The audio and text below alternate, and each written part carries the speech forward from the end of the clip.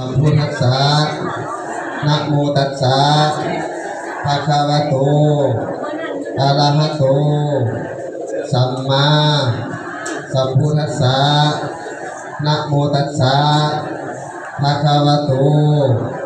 อะระหะโตสัมมาสัมพุทธัสสะสุทธินังวัตเมธานังทานังเมปะลิสุทธังอาสาวะขะญาวหังวิภานาสังฆตังโหตุตุติยัมปิตติยัมปิสุทธินังวัตเมธานังทานังเมปะลิสุทธังอาสาวะขะญาวหังวิภานาสังฆตังโหตุอนาคเตกาเลอิมังพันเต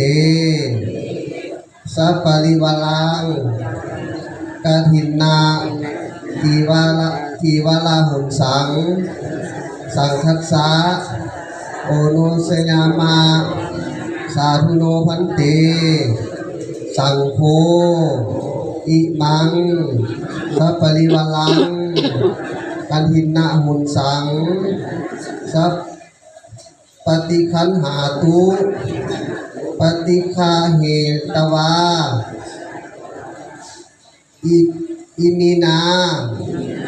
หุนเสนากันหินนังอัฏฐาลาตุอัมหากังพิคารตังพิตาญาสุขาญาพวกข้าน้อยทั้งหลายขอน้อมถวายผ้ากันถินจีวรกับทั้งบริวารแด่พระสงฆ์ขอพระสงฆ์จงหับผ้ากันถินพร้อมด้วยบริวาร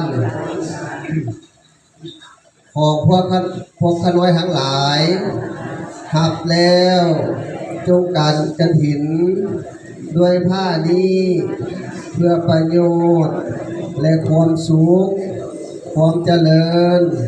ของพวกข้าน้อยทั้งหลายตลอดกาลนานเทินสาธุสาธุสาธุอนุโมทามิ